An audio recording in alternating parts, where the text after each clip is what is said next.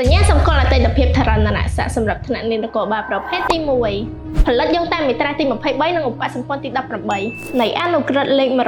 177 អនក្របកចុះនៅថ្ងៃទី29កញ្ញា2025ស្ដីពីឯកសណ្ឋានសញ្ញាសម្គាល់និងទង់នគរបាលជាតិកម្ពុជា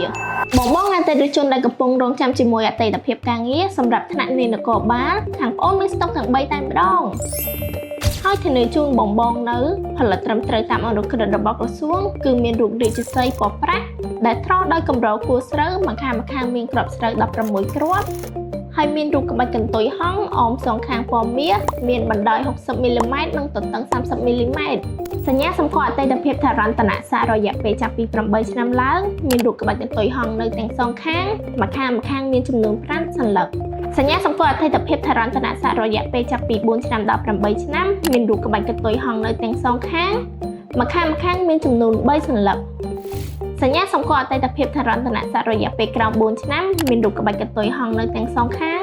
ម្ខាងមានចំនួន1សន្លឹកសម្រាប់បងដែលត្រូវការចង់បានអាចទាក់ទងទិញតាមរយៈ Facebook Page ឬ Telegram ដែលបាននៅក្នុង caption នៅលើវីដេអូនេះសូមអរគុណ